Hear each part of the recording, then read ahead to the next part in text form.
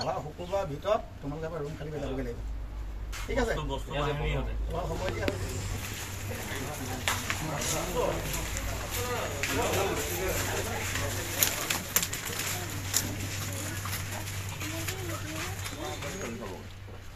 যিখিনি মানুহৰ ওপৰত আমাৰ সন্দেহ আছে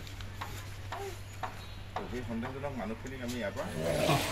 তাৰ কথাটো গম পাইছে আৰু প্ৰথম কথা হ'ল কি তাৰমানে আটাইতকৈ বেছি যদি এই মিয়া মানুহখিনিৰ কাৰণে যিখিনি আমি সন্দেহযুক্ত আৰু বাকী আমাৰ শিৱসাগৰৰ পৰা যিখিনি বাহিৰৰ মানুহ আছে যিখিনি লৈ আমাৰ আজি তাৰিখত সন্দেহ হয়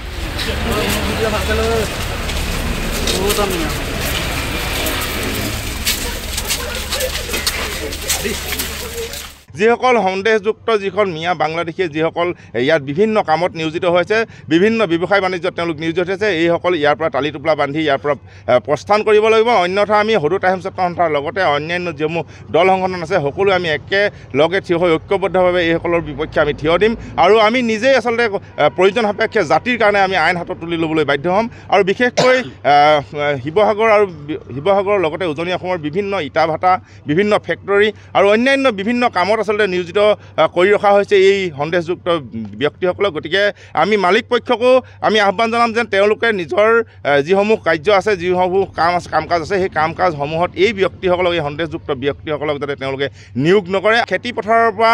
কাম কৰিবৰ বাবে আমাৰ গাঁৱৰ বিভিন্ন ৰাইজে তেওঁলোকক যি থকা মেলাৰ ব্যৱস্থা কৰিছে এই সকলো যাতে সেই সকলোৰ পৰা যাতে তেওঁলোক বিৰত থাকে অন্যথা আমি সদৌ টাইম ছাত্ৰই এটা কথা ভাবিবলৈ বাধ্য হ'ম যে আচলতে এই যদি আমাৰ আহ্বানটো তেওঁলোকে যদি নেমানে এই সময়ৰ যিটো আহ্বান এই আহ্বানটো যদি তেওঁলোকে নামানে তেতিয়াহ'লে প্ৰকৃত জাতিদ্ৰোহী হিচাপে আমি তেওঁলোকক আখ্যা দিবলৈ বাধ্য দুদিনৰ আগত যি ঢিঙত যি অবিনৰণীয় ঘটনাটো সংঘটিত হৈছে আমি তাৰ পৰাই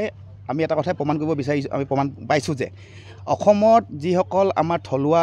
লোকসকল আছে সেই লোকসকলে খেতি কামৰ বাবে হওক আজি পকা মিস্ত্ৰী কামৰ কাৰণে হওক আজি বিভিন্ন কামৰ কাৰণে তেওঁলোকে বহিৰাগত কিছুমান অবৈধ মানুহক ইয়াত সংস্থাপন দিছে আমি এটা কথা ক'ব বিচাৰিছোঁ যে সদৌ টাইম ছাত্ৰ সন্থাই আজিৰ পৰা এটা পদক্ষেপ আমি হাতত লৈছোঁ আমি শিৱসাগৰ জিলাৰ প্ৰত্যেকটো চুকে কোণে যিসকল অবৈধ লোক ইয়াত সংস্থাপিত হৈ আছে তেওঁলোকক যিসকল ভাড়াঘৰ মালিক পক্ষ আমি তেওঁলোকৰ লগত আলোচনা কৰি অতি সোনকালে যাতে তেওঁলোকে অহা এসপ্তাহৰ ভিতৰত ইয়াৰ পৰা তেওঁলোক যাব লাগে শিৱসাগৰ জিলাৰ 30 জাতীয় জনগোষ্ঠী সংগঠনে এটা কথা স্পষ্ট ভাষাৰে কৈছিলোঁ যে শিৱসাগৰ জিলাৰ পৰা উজনি অসমত যিসকল আচলতে সন্দেহজনক লোক আছে সেই সন্দেহজনক লোকসকলক শিৱসাগৰ জিলা এৰিবৰ কাৰণে প্ৰথম অৱস্থাত আমি আহ্বান জনাইছোঁ আৰু ইয়াৰ পৰৱৰ্তী পৰ্যায়ত আমি নিজে এই স্থানসমূহলৈ যাম আৰু তাৰ পিছৰ যিটো পৰিৱেশ আৰু পৰিস্থিতি হ'ব তাৰ কাৰণে কিবা যদি আমি অনাকাংক্ষিত পৰিৱেশ পৰিস্থিতিৰ সৃষ্টি হ'বলগীয়া হয় তাৰ কাৰণে কিন্তু আমি কোনো কাৰণতে জগৰীয়া নহয় এই কথাটো আমি স্পষ্ট ভাষাৰে জনাই দিছোঁ কিয়নো এইকাৰণে আজি যদি আপুনি এটা কথা চাই যে আজি কিছুদিনৰ পৰা কিছু বছৰৰ পৰা প্ৰায় 90% 90% যিসমূহ আমাৰ অমানৱীয় পাশৱিক ঘটনা আচলতে এই ঘটনাৰ লগত আচলতে বিভিন্নজন সন্দেহযুক্ত লোক আচলতে এইবোৰৰ লগত জড়িত হৈ আছে গতিকে আমি পোনপ্ৰথমবাৰৰ বাবে যিসকল লোক আচলতে এইবোৰৰ লগত জড়িত আছে প্ৰথম পৰ্যায়ত আমি মিয়াসকলক ইয়াৰ পৰা হটাও অভিযান আৰম্ভ কৰিছোঁ আৰু পৰৱৰ্তী পৰ্যায়ত যদি তেওঁলোকে আমাৰ আহ্বানটো যদি তেওঁলোকে গ্ৰহণ নকৰে ইয়াৰ পৰৱৰ্তী পৰ্যায়ত আমি প্ৰত্যাহ্বান তেওঁলোকে গ্ৰহণ কৰিবৰ কাৰণে সাজু থাকিবৰ কাৰণে এই প্ৰতিবাদস্থলীৰ পৰা আমি তেওঁলোকক সকিয়ানি প্ৰদান কৰিছোঁ